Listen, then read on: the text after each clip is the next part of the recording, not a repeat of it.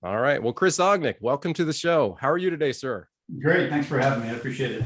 Absolutely. Well, it's a pleasure to have you here. I think you have one of the more unique stories to tell in our local real estate market. So I'm excited to have you on my podcast as one of my first guests, which is really cool.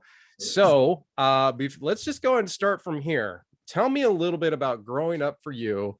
And then we're going to transition to how you became a realtor and all those other things. So first off, are you local? Where did you grow up here?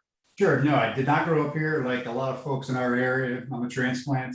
I grew up in Clifton, New Jersey, right Okay. outside New York City. You could see the Twin Towers from my house growing up.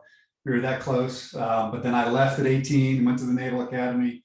My brother, who's also my business partner, went into the Marines a few years after I had left. And then we both landed here. So we did his last tour in Quantico. When I got out of the Navy, I was in Whidbey Island, near Seattle, Washington, and came out and joined him, and that was 2006. So we've been together here since then. Okay, well, sounds good. So, that's an interesting, so joining the Naval Academy, that's not exactly the easiest path in life. And I take it you couldn't get into a state school. Was that the problem? Yeah, that was the issue. Yeah. Okay. It was my second choice, right? Yeah, no, that's all I ever wanted to do. So I wanted to fly in the Navy, wanted to serve. And if I didn't get to fly, the Navy just had so many other things that I wanted to do that I was just a diehard Navy guy. So it was actually the only school I applied to. My guidance counselor was freaking out at the time. He made me do an on-site decision with Syracuse University, and luckily I did get into there too. But fortunately, things panned out for me, and I went to Navy, and the rest was kind of history from there. Now, correct me if I'm wrong. When you apply to the Naval Academy, you have to get some senator letters. Is it? How does that work? An appointment, and that can come from either a congressman, a senator. There's vice presidential, presidential. It's some sort of political nomination.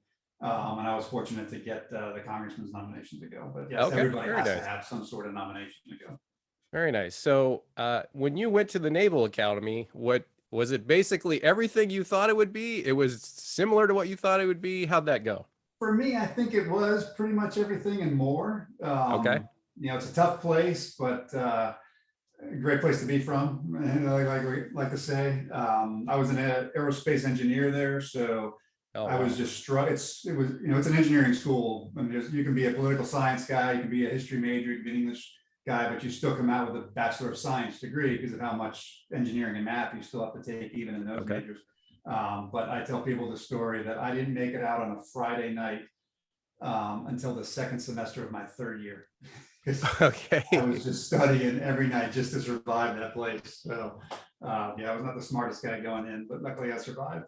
Well, that's interesting and funny that my story, as you know, I'm a former Marine myself, and then I was an intelligence specialist. And when I was going through Intel school, you were allowed to fail 2 tests, and over this whatever it was, 5 months, 4 months, whatever the time frame was, I took my very first test and I got a 78, which was not passing at the time. I was brought into the office of someone there, and they said, "Hey, do you see those guys out there in the hallway that are crying?" I said, "Yeah." I took a look. Those guys are becoming cooks, and if you fail one more test, you will be a cook too. So that was the end of me going out. So I can relate to that you were there to study, and until you were otherwise told you were good to go, you would be there to study. So yeah. So then so you wanted to be a pilot growing up then? Is that was always the intent, or how did that work? Yeah, it always was. I wanted to fly with the ships, be a Navy pilot. Luckily, I got to do that. So the way it works is when you graduate from the academy, it's a little bit different now, but back then it was all class ranks. So number one guy got to pick what he wanted, and you went down the line. They only had so many spots for each thing. And luckily, I was in the middle of the class, and that's all it took to pick what I wanted. My eyes held up, fortunately, through all that studying, and right off the flight school after that is where I went. So I got out in 2006 as lieutenant commander, was in for 11 years, flew EA-6B Prowlers. My first JO duty station was at Sugi, Japan. So fell in love with Japan and brought a wife home. So I've been married pretty much since then, 17 years this year, 2 kids, and transitioned right out of flying into real estate. So it was kind of a unique jump because they it's easy to say they had nothing to do with each other, but I tell people they actually had everything to do with each other. Interesting. So let's talk about that a little bit, because I find, and for myself, that I found a lot of the skills that I learned as an intelligence specialist, where I was doing a lot of presentations, translated really well into what I do now. So let's talk about how you took your pilot experience into the real estate, like, and started rolling. Yeah, so similar to yours and what you said about briefing, as a pilot, you're doing that every single flight you have. It's a brief. You're telling everybody what you're going to do, how you're going to do it, when you're going to do it. So everybody knows exactly what's going on. And that's when you Right. work with clients and folks, that's the communication is everything. And we'll talk about all the other skill sets, but I would say if there was one thing I would pass on to people, it would be you've got to be a communicator no matter what you do. And the better you communicate, the better you're going to be able to get through things. I call it giving people that little hug. I give you a little touch on the phone, a little touch on a text or something, just to let them know you're thinking about them. Even though you may not be conveying any value at the time, just the value of them knowing, okay, this guy's on top of it, he's communicating with me, and they're not laying asleep at night wondering, oh my God, what the heck's my realtor doing? So, right, I mean, that's what happens out there. We both know it. So For you sure. avoid that very easily by just being very communicative, overly communicative with folks. So the hard skills, though, are really the planning, the execution, the problem solving. I mean, flying an airplane, when you think about it, is easy. You push the stick forward, houses get bigger. You pull it back, they get smaller. You keep pulling, they get bigger again, right? Well, that's the monkey skills are actually really easy. It's getting 15 airplanes off the deck, within minutes, and bringing everybody back at the same time, and the dynamics of what you see in the military and how fast things happen. Really sets you up to do a lot of other things, but the planning and the execution and the problem solving. Before I got out, I got an MBA, and I was surrounded by a lot of higher end guys that were GE, Sikorsky Aircraft, the big defense contractors. They were sending a lot of guys to Penn State, where I went at the time. And one guy said to me, he was a black belt in Six Sigma, and we're having airplane problems, and I asked him to help me. But finally, one day he says, I wish you were one of my clients. And I said, why? He said, because I could do all of this stuff for you for free. And when he said that, the lightning bolt went off for me, where sales wasn't about selling, it was about solving problems. And as an engineer, as an operator, because at heart, by training and by character, I'm an operator, right? That's what you do. You got to get things done. So by hearing it put that sales was about problem solving and not selling, made all the difference in the world for me. So my entire career in real estate has been about solving problems. That's my approach to everything. And you realize very quickly, the better you solve problems and communicate how you're going to solve those problems, the better you're going to do in sales. And it makes sense. And the communication piece, especially with I assume, as many moving pieces that go into taking, you don't just get to, hey, I'm going to check out the plane and I'm going to go fly. And they're like, all right, cool, good luck. Put the keys back when you get, it's a little bit more detailed than that. So It sounds like one of the bigger things that you took from your experience is the ability to break down a complex task and put it in layman's terms about what we're doing, relay that to, in this case, the clients, and then get us to closing, basically. Yeah, keep it simple, right? We're all learned that day one of going into the military. Keep it simple, stupid. And even though for me, flying high-tech jets, they break all the time, and we're still kind of knuckleheads, spinning these dishes, just going 500 miles an hour while we're doing it. So it's very much, we got to try and keep it as simple as we can for what we're doing, and you keep the plan as simple as you can. And it translates very well into dealing with clients, because they got everything in life going on that they need to worry about. You need to say, hey, this is what the plan is. This, I've got 15 things I got to get you through, but here's the next 3. This is what we're focused on next, and I'm going to get you there. And when we get there, we'll get to the next 3. So by letting those simplicity flow out, and another part of that communication and keeping it simple is you never go to somebody with a problem only, right? It's, hey, Skipper, here's the problem. This is what I'm going to do to solve it. Or do you like A or B? How do you want me to solve it? But it's never an open-ended, oh my God, we got a problem. What are we going to do? You've always got to come with the solution. Right. So that they stay calm and they know that you know what you're doing, and you give them an A, B, kind of option to let them have their choice if they needed to, or you just tell them what the solution is and problem solve. I tell you what, as a personal favor, can you walk through a little bit about what a day in the life of the pilot would be when you are quote unquote checking out the plane to go get in the air? Because I think a lot of people are going to be listening to this, and myself That's included. what they want to hear about, right? What does that look like? Sure. Well, just assuming you're on deployment, right? The Yep. whole job of an aircraft carrier on deployment is to fly. So every day is flight ops, usually 12 noon to 12 midnight, because you've got to span into the night, because the day flying gets really easy. Landing on the carrier during the day gets sporty, you know, a little bit of cowboy flying out there. The night stuff is no joke though. So once you go out, every pilot has to have a night trap, night landing every 3 days to stay current. So Wow. if they don't, like if you pull into port and you miss those nights, you got to do a day trap before a night trap within 7 days. So there's always rules we got to follow. So Okay. it is all about flying. You're a minimum one flight a day, usually sometimes two, very often probably two flights, depending on the aircraft you're in and the squadron you're in. In my How squadron, long how long would a flight be? Like, are we talking an hour and a half in the air? Are at you up most, there? yep. Okay. So every cycle is about, well, I'm sorry, at most you may squeeze an hour 45 at it, or you may do a double cycle where you get gas in the air and you come back on the next landing. But the entire ship's schedule is set for the day. So every takeoff and every landing, we call it a cycle, is set. You may get a really quick one that may be 45 minutes to an hour, and that may be because they got to recycle the deck. You know, they're planning so far ahead for where the airplanes are on the deck. You have such a limited amount of space, but they may do a quick cycle just to cycle airplanes and get the right ones where they need them, and the broken ones downstairs to get fixed, and the fixed ones back up. So there's a lot that goes into it. But for the knucklehead pilot who's just got to check out the jet and go flying, you also have your squadron duties, so you may handle some of that stuff, but mainly it's briefing. So for an hour before you ever go touch the airplane, you're briefing. You've got potentially hours of planning that have to go into whatever practice strikes you're going to do. So the actual flying part, an hour and a half, but it may take you 45 minutes to even get off the deck. Once you land, you got to debrief. So there's hours and hours of preparation that actually go into each flight, and that comes back to really what we're talking about is the planning and the execution. No matter what you're doing, flying an airplane, selling houses, doing mortgages, Yeah. it's the planning and the execution, right? Well, very cool. So now you mentioned you were on a carrier. Which carrier were you on? Kitty Hawk, Kitty Hawk. Okay. CU-63. So that was the last conventional. I was in Japan, so it was conventional, not nuclear. That was the last one. Yeah. Interesting. Okay. But So you guys were having refueling often. We often, yeah, we did a lot of quick deployments. I mean, you're always refueling underway when you're doing all the other unrep stuff, but part of our gig is getting the fuel too, not only for the ship, but for the airplane. So yeah, every few days you're doing an unrep.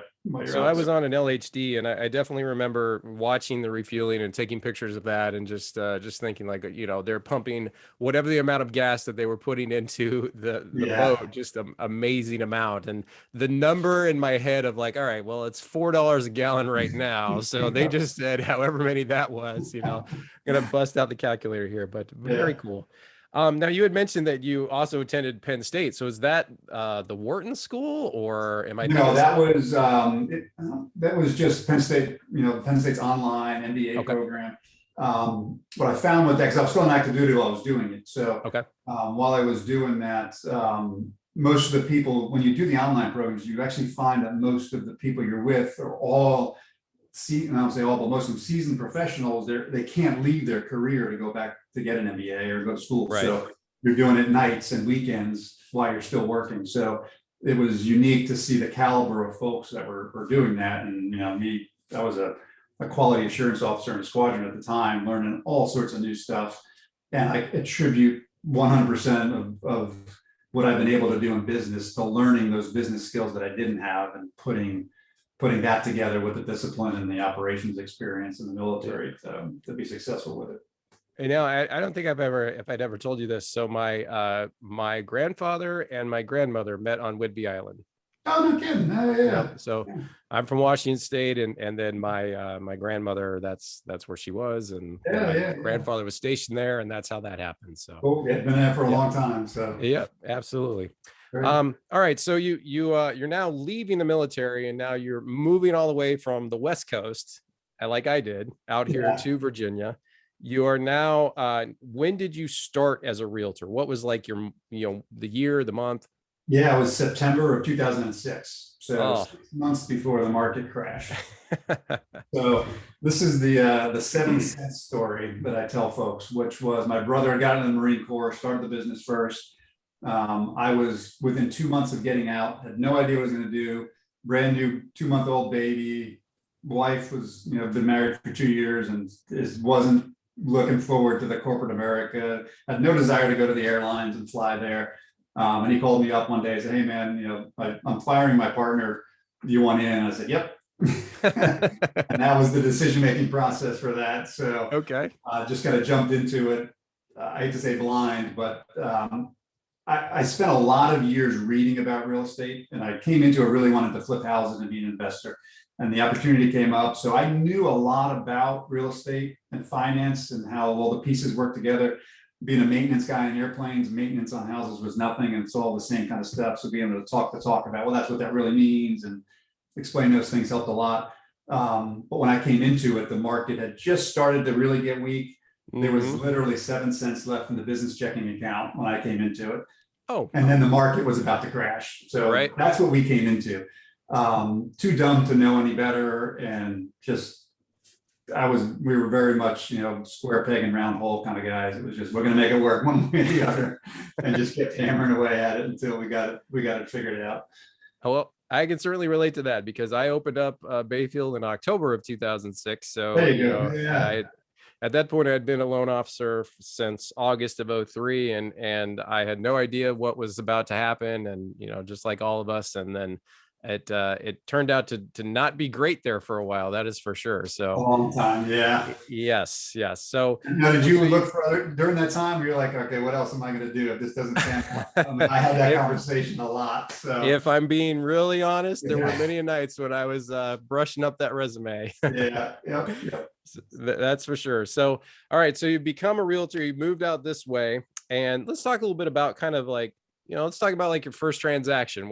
You're brand new. How are you trying not to let them know you're brand new? Or do you just tell them, "Hey, I'm brand new," just so you I know? never did. It was fake it till you make it kind of, Right. Just use as much confidence as you can, and being humble about if I didn't know something, that was okay. And I've always been all right with that, because the answer that I always taught, that if somebody asks you a question, you never say, "I don't know." You just say, "I'll find out." Right. And that settles the whole thing. And you find out, you learn what you got to learn, you report back, and you're still a rock star, right? You figured it out, and you just keep moving on. And after 100, 200, 300, I don't knows, you really start to learn what you're doing, right? Or however many it takes. Yeah. But I do remember my first transaction. That was only me, right? That was me and my brother run the business. We very much turned into, I was ops guy, he was admin guy. We focused on what we needed to focus on. But I remember sitting at the table, they were passing out the closing statements. And I looked at the guy and I said, "Okay, thanks. Black ink or blue ink?" I didn't know I didn't have to sign anything. Right? There's nothing for the agent to really do except the emotional support. So Right. that was my memory of my first closing transaction, of really realizing I had no idea what was about to happen. Yep. That sounds very similar. And I can relate to that 100%, where, it's best to not fake the answer. Let's find out what it really is. Yeah. Because that's definitely where you get yourself in trouble. So for any new agents out there listening, it is okay to go ahead and say, "I'll find out." Don't just assume that you know the answer. And in my world with mortgages, that because things change so often, that what you knew last week might not even be the answer that it is this week. Whether, for example, if I'm calculating student loans on an FHA loan, we were required to count it a certain way if they don't have a payment on their credit report, and that is now shifted to half of what it was before.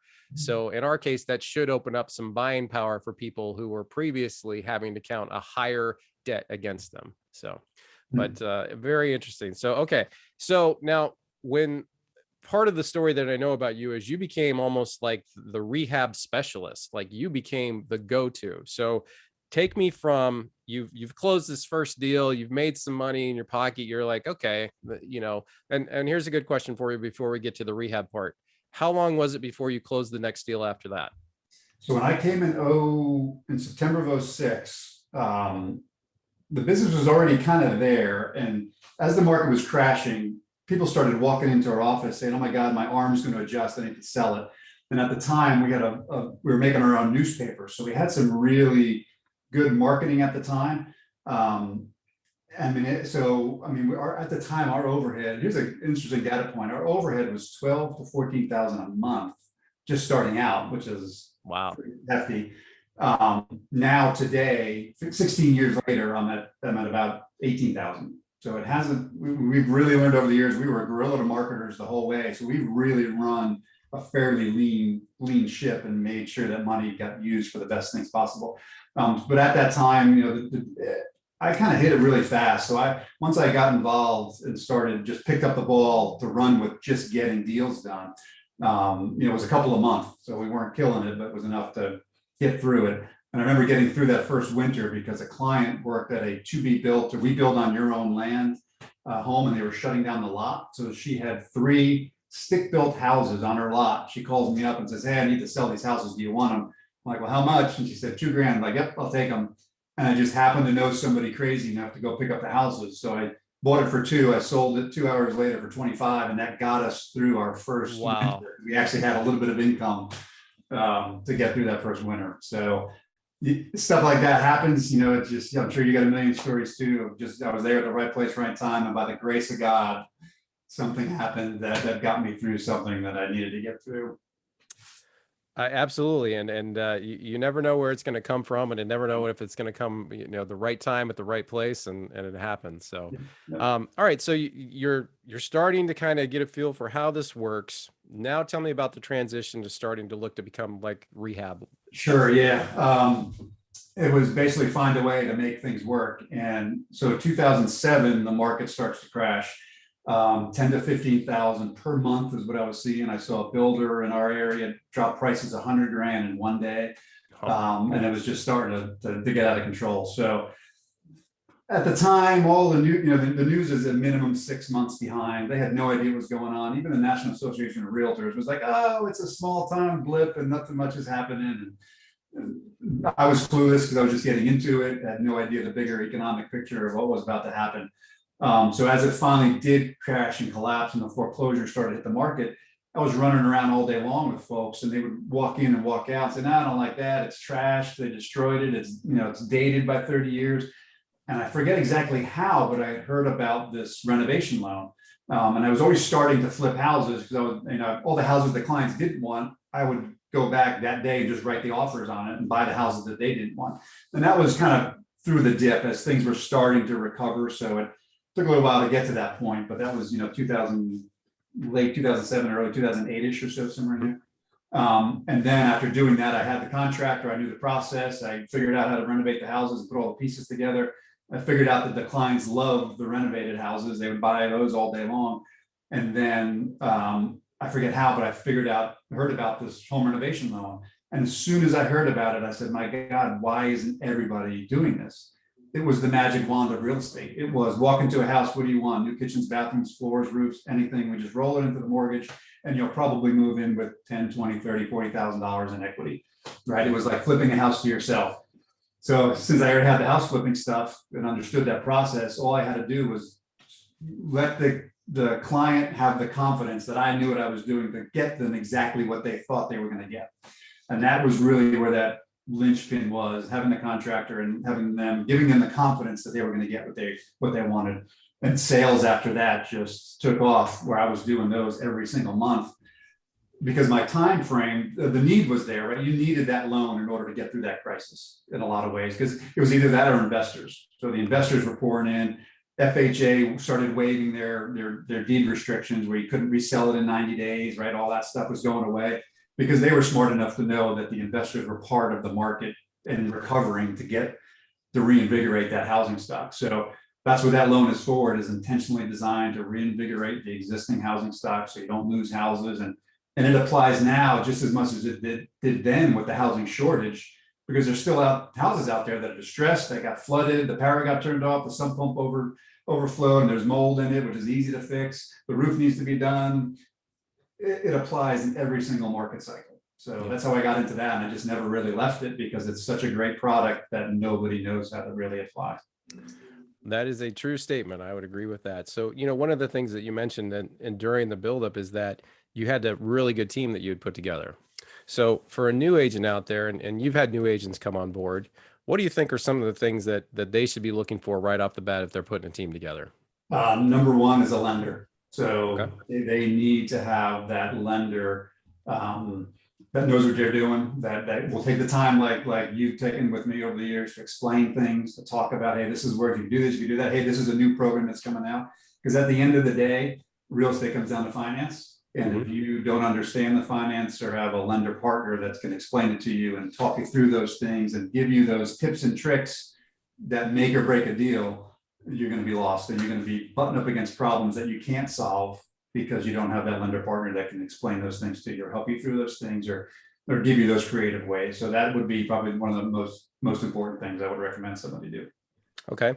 So then how about for your home inspectors and your, the guys that you turn to when you have a handyman project that needs to get fixed? How do you go about that? Yeah. You got to find somebody you like, and you need the home inspector that doesn't scare people. Right. Yeah, young woman, $50,000 condo in the depths of the crash. And the home inspector that she picked spent 2 hours on the front steps telling her everything that could go wrong. Not that was wrong, but that could go wrong with this house. Scared the hell out of her. She never bought it. That condo right now is worth $300,000 and 10 years later.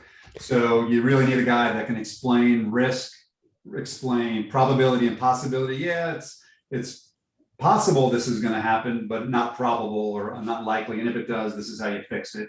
And I'm thinking of age of HVAC and water heater type stuff. Because at the end of the day, a house is pretty simple. It's remove and replace on everything, right? So other than foundation issues, there's not too much on a house that can't be overcome. And if there is an issue, you can always use those renovation loans to fix it very easily. Not lose the house, make the deal, keep it together. It's much easier doing that than it is starting from scratch and starting all over again to find a new home. So yeah, that's one of the ways to put those together.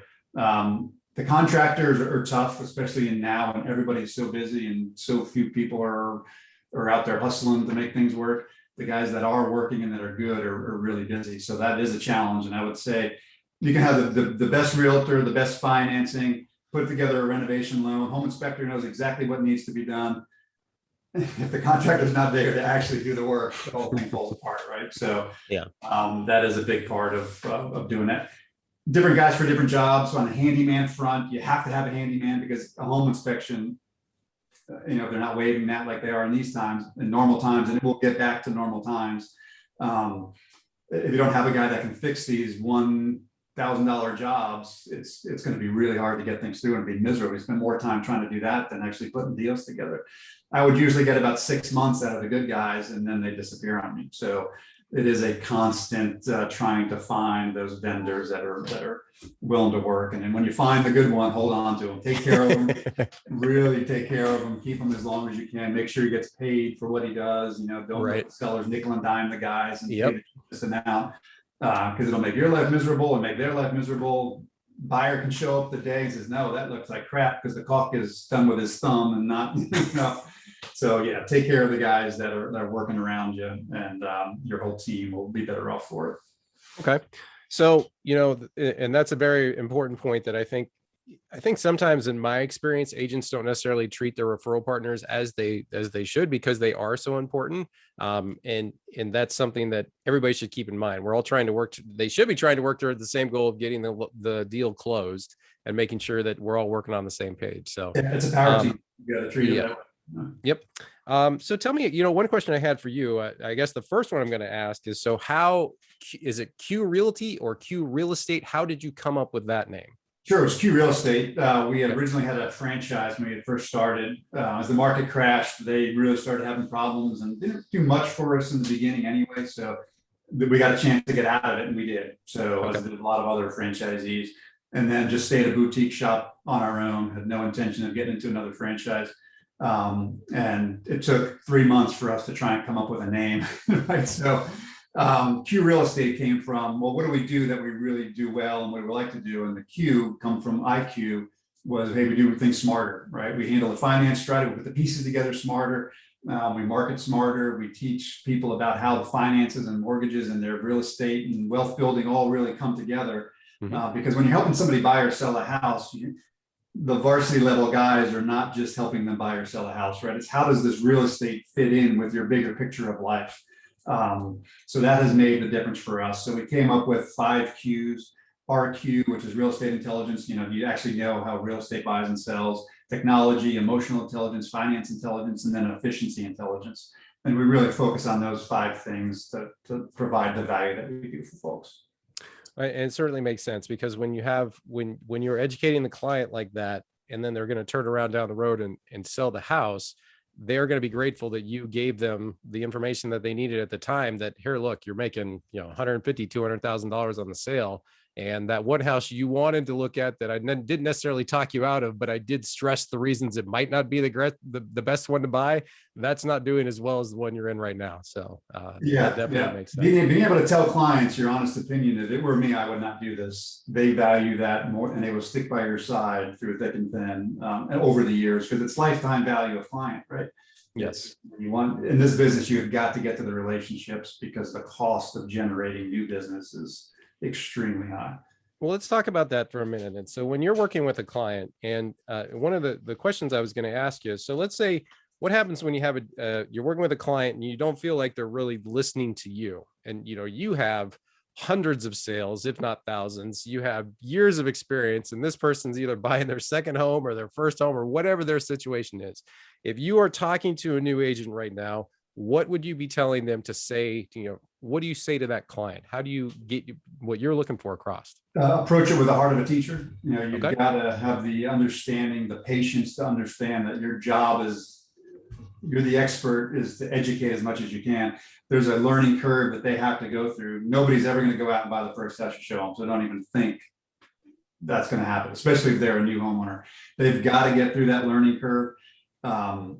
You're going to have to kick we can walk into 5 houses, and in 2 steps in the door, I'm going to know, nope, this isn't the one, this isn't the one. I've actually been in houses where I've stood there, they're looking at it, they look kind of interested in it, and I'm just shaking, I just sit there shaking my head, and they know something's up. But I use it as a teachable moment, right? It's not time wasted at all. It's part of the process that you have to get through. And as we get into the house, I'm telling them, well, the AC does this, you need to be thinking about that. The roof is probably this old, the windows have a blown seal on them. All of that is teachable moments. And even if there's issues, it's still okay to say, I still think this is the best house, because this is how we overcome those issues and what you think about. But why spend 20,000 more on something that only costs 2,000 to fix, and you don't even need to do it right away, right? So it is very much an education process. Be patient. They value that. They will feel the salesiness come out if that's your mode right away, and that's going to ruin stuff for you quicker than you think. So. Makes sense. So if you were mentoring first year what are some of the things that you've you've picked up over the years that, maybe you did in the beginning that you've gone away from, or that you say, don't do that? I guess is the best way to put it. I spent a lot of money on marketing that didn't work. Okay. Yep. I had an office on the main drag, did not a thing to do anything better for my business. So starting out, you've absolutely got to be very lean. You've got to make the most of your marketing dollars. You've got to work from the very beginning, because the bills don't stop. And the biggest mistake that I see from new folks getting into it is they don't get started fast enough. I read more books my first year or two of doing this than I did my entire life, because I had to figure it out. And as an adult reader, it's very different. It's okay, I need to figure something out fast. I need to do it tonight, because tomorrow I'm going to be applying what I just read tonight. And that's the adult reader side of education, and being able to learn things and put them into effect right away. But it's got to be fast. There's just not enough time to take your time getting into this business and starting slow. A lot of people, have other jobs where they start this part-time, do that part-time. I know a lot of people have to do that. It's great. I didn't have a choice. I was the burn the ships guy. I got out of the Navy, ran into the brokerage, and the ships got burned, right? And it was all or nothing. But even if you are maintaining 2 different things at once, hit it as hard as you can, as fast as you can, because most of the agents I see are out of it within a year, 18 months, because they never get started. They never attack it. And that's a really good point on the marketing, because loan officers, we fall into that too. It's like the new shiny object, like, oh, let's spend some money on that. And then you turn around and it's auto billing you $125 a month that you had forgotten about 6 months ago. And that happens a lot. Yeah. I think one thing as a business owner for myself is that really examining that P&L and seeing all right, where is the money going when at the end of the month has been helpful for me. And it sounds like you're really stressing that too. So it sounds like that starts day one, whether you need to be doing that as a realtor. Yeah, and the mistake that a lot of people, even veterans, they want somebody else to do it and they just want it to be magic, where I'm going to pay this and I'm just going to get business out of it. And that's what was my biggest mistake. I was spending a lot of money on that dream that the marketing was just going to work because the marketer knew what they were doing. And you realize a lot of people in marketing have no idea. They're salespeople. They're not marketers, right? They can't give you a marketing plan that says, we're going to do this. It's going to cost you this. Your return on investment, it's going to generate this amount of revenue. That's the way you and I have to think about the money and where it's getting invested. So teaching that to a brand new agent, I think will save them tens of thousands of dollars on wasted money on marketing that just doesn't work. Just throwing things out there doesn't work. It has to be very intentional and has to have a very defined return on investment goal that if it doesn't do it, it's cut. So for me, I already know 60 days, right? If I do something new in marketing, I hire somebody to do something. If it's not working in 60 days, I know it's not going to work, but I'm done and I'm moving on. So here's a question for you. When did you kind of take on your initial, I guess, staff person, whether it's a transaction coordinator, and I assume it wasn't right in the beginning, but kind of when did you make that transition that, okay, I'm doing so much business right now. I can't be chasing down termite reports on Saturday afternoons when I'm trying to show 3 houses or whatever. Yeah, another great question. I was fortunate because I did have my brother. So I was solely focused on sales. That's all I did, where he took care of the admin stuff and I didn't have to worry about that, all the accounting of the admin. So we started that way, which is you got to have in order to do that, I've seen more partnerships blow up because somebody wasn't, right. We were brothers. Luckily it worked out for us and we stayed in Had to see him at Thanksgiving. Yeah, I got to see him at Thanksgiving, right? And Christmas. And I moved in right around the corner from him. So I wasn't getting too far away. So I did have that benefit getting out. After that, though, we brought on an agent really early on, but we've always run our business where the agents run their business and we support them to run their business. And as things grew, the pool of leads that came in, we needed that bullpen, so to speak, but everybody kept things in line. So my first transaction coordinator was about 7 years ago. So about almost, I guess that's 6 years into it, somewhere around that mark. And I tell a lot of agents, they get to 1 or 2 deals and they want to hire a transaction coordinator early on. My rule is 3. Is if you're not doing consistently 3 a month on your own, don't waste money on a transaction coordinator, because that goes back to that magic where they just want somebody else to do it. My rule is just 3. I said, if you can get to 3 consistently a month, then you start thinking about a transaction coordinator, because the time and the effort it takes to maintain that connection with your clients and provide that level of service that generates that referral database. Because people that are happy or people that are satisfied don't refer. That's a Buffiniism, Brian Buffini's referral system. If they're satisfied, they don't refer because you did your job, you got paid to do your job. Right. It's only the ones that are really enthusiastic about what you did. So for me, I really wanted that hands-on. It took a lot of work, took a lot of effort, but it paid off. It was worth building those relationships rather than just having the coordinator, because they would stop hearing from you. If you have a coordinator, you pass it off and they stop hearing from you for a month. That's the most stressful time for them. So I kept myself in front of the clients and put the work in to make sure those relationships were built. Okay. It saved the money. It was easier for me to do it than come up with the money to pay for that. Well, I think for both you and I, people who went through 2006, 2007, the newer agents that came in 2012 and 13 and the loan officers, they can't understand. I mean, it was hairy times for sure. And I don't know about you, but as you kind of mentioned before, there was many times where I was like, I don't know if this is going to work. And and every time I would meet with a client, when they were doing a loan, I just kind of kept thinking 2 months, they're going to be upside down 40 grand or what do you know, I hope you're going to be in this for the long term. It'll turn around eventually. Yeah. I tell people I have small business PTSD, right? I mean, and luckily those skills and those fears got put in place for me, where I've been just very disciplined with finances and running the business after that. So yeah, it sucked going through it, but the dividends are there and the payoff is there, luckily. Yep. Makes sense. Well, let's talk about, so, as you looking from the level that you are now, what are some of the common denominators that you see in like first year agents where you go, you know what, that person's going to be there in 5 years? It's that go-getter attitude, right? If they have that heart of a teacher, they're squared away and they're motivated and they're putting in the effort and they're taking the things that they're taught to do and actually doing them, right? Because knowing what to do is one thing, actually doing is a whole different story. So the ones that really go after and get it, and you see it come out right away. They're asking questions, they're learning, they're reading. If you get somebody that's, you recommend the book and it's like, yeah, I don't read, well, you're not going to make it. Sorry. I know right away. We actually had at the Naval Academy, one of the first things they give us is something called Message to Garcia. And it's a story about, have you ever heard of this? I have. Okay, yeah. So, but it's been many, many moons. So don't ask for the synopsis. Yeah. So the heart of the story is the guy that just says yes, sir, and gets the job done. Doesn't sit there nickel and dime and answer all these million questions about how to do it. He just says yes, sir, I'm going to get it done. He goes out and gets it done. So in my hiring process with agents, I found a bunch of these little books, and it was the story of Message to Garcia, and that was the first step of my hiring process. I'd set an appointment, but I'd give them that book and say, here's this book, we're going to talk about it. The first question I would ask them in the interview was what they thought of the book. If they didn't read it, they were done. That was my screener, and it was just a very quick way because it told me everything I needed to know. Yeah, and it makes sense, and it's a very quick denominator of like, all right, who takes this seriously and who doesn't? Because at the end of the day, it is a wonderful career for you and I. If you take it as it is a career, it is not a, well, I saw it on HGTV, or in my case, you're like, oh, doing loans is easy. That's not how it is. So, very interesting. So where time is everything, right? So guys like you and I that are successful, we're producing.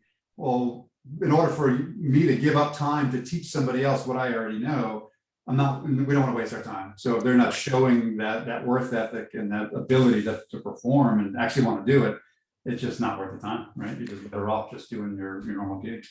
Okay, so you're a brand new agent out there on the street. You're a go-getter. You're working hard. You're starting to feel overwhelmed. You're starting to feel a little stressed. What do you do when that starts creeping in? I prayed my way through it. Okay. In all honesty, I prayed my way through it. And part of that really is the day-to-day application of it is coming up with your goals, setting the goals to know what you're working towards. That gets you through those fluctuations, those down days. You're gonna have up days, but you're gonna have a lot more down days in the beginning than real up days. But if you have that goal set and know what you're working towards, it will get you through that. If you have a plan in place. So. And do you feel it? And one of the things I felt when I started as a loan officer, when I started, I guess I would say cooking on loans. I was doing good, and you get to the point where you're like, oh, this is easy, and then the next month suddenly you're like, wait a minute, where'd everybody go? And I don't know about you, but I think one of the things I convey to the loan officers is it's going to happen at some point. And so that leads to a question for you. What's your go-to when the phone stops ringing? When you're like, wait a minute, what's going on here? Yep, you're right back to your database. So I'm a huge personal note writer.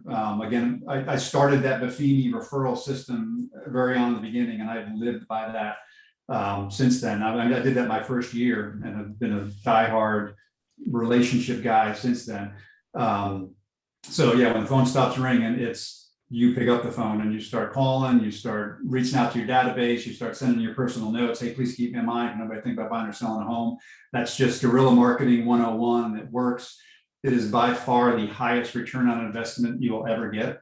Right. Yep. It's easy to spend money. It's much easier to just put some effort into it and develop those relationships. And on that note too, that is, as soon as I do a pre-qualification for a client, they are getting a thank you card out in the mail. So for the new agents that are listening to this, that is something I can't stress highly enough.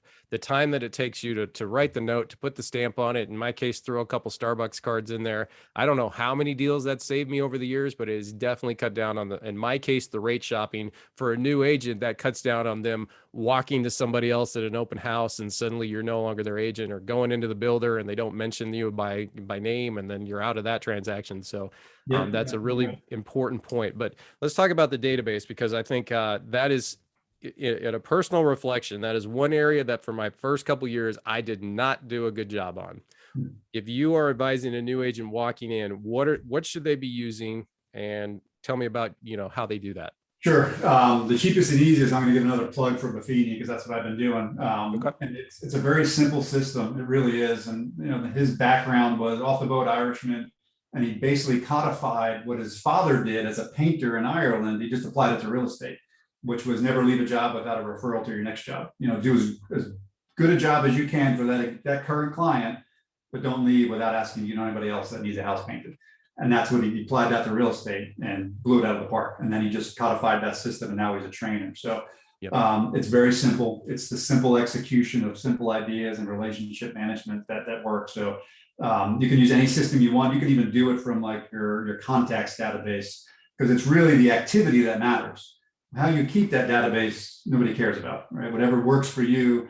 You can be top producer, just your contacts database on your phone works, or on your laptop. I use that Buffini CRM system. So that really doesn't matter. It's the activities that matter, which is the calls, the monthly reach outs. We send a mailer out to all of our clients, the personal notes. I just got done writing to every single one of my 187 core database folks, handwritten note. I spent 3 weeks doing it, but it was a handwritten note to all of them. And it was very simple. I just want to let you know, this is my favorite way to let people know I'm thinking about them. Please keep me in mind if you know anybody think about buying or selling a home. I really appreciate the referrals from over the years. Very simple, but it was handwritten. That was the key. Yeah, and when I'm handwriting a note, you don't have to reinvent the wheel for every client. And I think that's something some people need to know too, is that what you're putting in the note, you're conveying the message. You remember the Joneses, and you're putting in the verbiage that you probably wrote on the other ones. Or at least that's what I do. Yeah, exactly the same. So don't be discouraged by, all right, I'm going to knock out 20 of these, and then 15 minutes in, you're like, all right, I've done the first one. So that's, that's your template. Take it from there. Exactly. Yeah. Keep it easy. Keep it simple, right? We're back to keep it simple. And what we did with that is the next step for that was I sent everybody 3 blank personal note cards and just said, hey, why don't you reach out to somebody you haven't talked to and send them a personal note. So you can link all these, right? You can link all these things together that have a 1 + 1 = 3 kind of impact, where now you're linking your marketing together to have a better effect on it and really make more relational type connections. Yep. Well, tell me about kind of your strategy on touch points, because being with the Feeney group and then the coaching that I'm part of, we're big on touch points. Tell me about some of the touch points you do throughout the year. Again, very simple. So my main touch point, every month they get a hard mailer with some what we call a client item of value, and it just has something to do, mostly not related to real estate directly. It could be, hey, these are the best 5 apps for time management right now, but something of value that looks good, that's interesting to read, and it's mailed out to them, so that when they see it comes from you, they know it's not advertising per se. It's something, information that they can read at the kitchen table in the morning when you're having your coffee. So really simple, kind of fun. That's not a screen. Yeah, and let me share one with you that I do. It's kind of off that coffee example. So I use Vistaprint to send out a coffee mug that I have built. So in the coffee mug, I have a picture of their house. I have it has the address on it, and then on the their back actual side, house. Yes. Oh, that's cool. Yeah. So I grab it from the listing. We got the picture of whatever it was, and then on the back side is my contact information. So I send a personal card out. This is at the 3-month mark for my clients. I send a card out that says, "Hey, thanks again so much for the opportunity to help you with your mortgage. Just wanted to let you know I have a gift coming your way, a small gift coming your way. Hope it helps you remember your beautiful house, no matter where life takes you down the road." So in my case, since most of my clients and a lot of my clients are military, then they've been on their 12th duty station or wherever they're at. And I want them to be able to have that mug wherever they're going and be like, oh yeah, I remember when Tanner helped us on that. And now we got orders back from North Carolina. So one of the nice things is, because we go back to our P&L and making sure that we're not spending a lot of money on stuff that we don't need to, it costs like $18 to send that mug out. And I send it direct to the client, to their house. So it's not coming to me first and then going to them. It's just out the door. So that's a great one. I like that one a lot. Good deal. Well, I think we've touched on a lot of points here. And I think some of the things that I really picked up from this conversation is the idea for a new agent, you need to be the teacher. You shouldn't necessarily get frustrated with your clients if they're not listening to you, but you certainly need to make sure that you're showing your expertise and just kind of relaying to them, like, you hired me for a reason, and let's remember that when we're doing the transaction. We touched on kind of the importance of the database, which I can't stress enough to the new people that are listening to this podcast. That is the biggest mistake I made in the beginning that I wish I had back. And if you do that correctly in the beginning, you are going to make a lot of money. I feel that's very important. But Chris, do you have some closing thoughts for everybody? No, I just say get at it and really commit to it. It's the commitment from the beginning that really makes the difference. Stay focused on the relationship because that's where the longevity comes from. The turnover rate of agents is usually in and out within 7 years. They just never quite get going, and they do it kind of a little bit here and there, but the rewards are there, right? I mean, it takes a lot of work, but no matter what you do, it's going to be hard work. I think this business creates certain freedoms that we get to enjoy when you make it through all that. And it never stops being hard work, but it's rewarding and it gives you options and choices Yep, absolutely. that you wouldn't have in other jobs. Yep. Well, Chris, I wanted to thank you so much for taking your time to be on the Virginia is for Realtors podcast. I look forward to seeing you shortly, and thanks again. Great, thanks. Absolutely.